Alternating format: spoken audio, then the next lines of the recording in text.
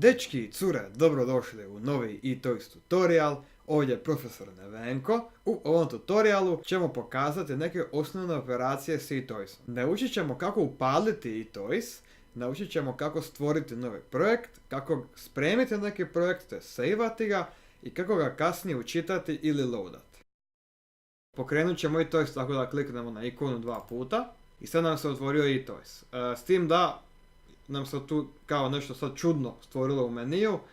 To je samo greška u biti u samom programu zbog toga što mi imamo hrvatsku tipkovnicu, to jest one naše slova č, č, ž i tako dalje i to njega se malo buni. Sad što god mi kliknemo tu, neće ništa promijeniti, pa evo recimo možete kliknuti load font i to ćete nažalost morati svaki put kliknuti kad upalite eToys, jer eto, niti jedan Hrvat još nije promijenio eToys da radi za Hrvatsku. Jel? Dakle, sad imamo prozor eToysa, možemo ga povećati tako da kliknemo ovdje ili možemo tako kliknuti ovdje pa će se maknuti ove stvari iz Windowsa kao što je ova gore traka i kao što je ovaj tu toolbar.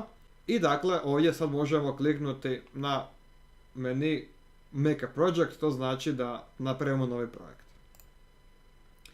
Dakle, u ovom meniju imamo više sad stvari koje možemo raditi, dakle sad nam tu eToys govori neke osnove. Znači možemo kliknuti ovu ikonu da crtamo neki crtež, jer znači budući da je eToys program u kojem možemo crtati i onda programirati te crteže. I također dakle imamo ovdje ove alate, sve, njih ima puno pa ćemo njih obrađivati u posebnim videima. Jel?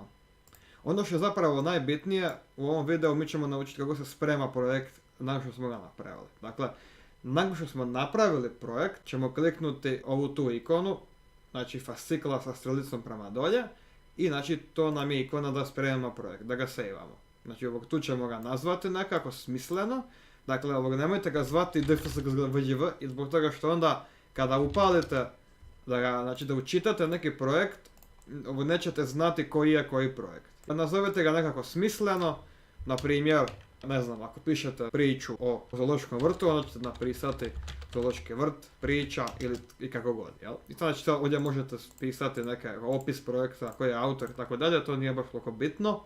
Pa dakle, sad samo kliknete OK i nakon toga morate kliknuti save i sad će taj projekt biti savean. To je spremljen i možete ga kasnije učitati ako želite, jel?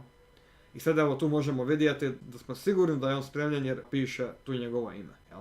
Znači što znači da je neki projekt spremljen? Pa to znači da ako mi ugasimo eToys i sad ga ponovo upalimo, mi onda možemo ići ovdje na ovu ikonu, dakle da učitamo projekt koji je spremljen i otići dolje, znači na Z, pošto se zove zoološki vrt, jeli? I tu znači možemo ga izabrati i kliknuti OK.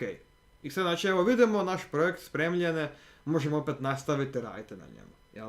I to je to, dečki i cure, vidimo se u sljedećem videu.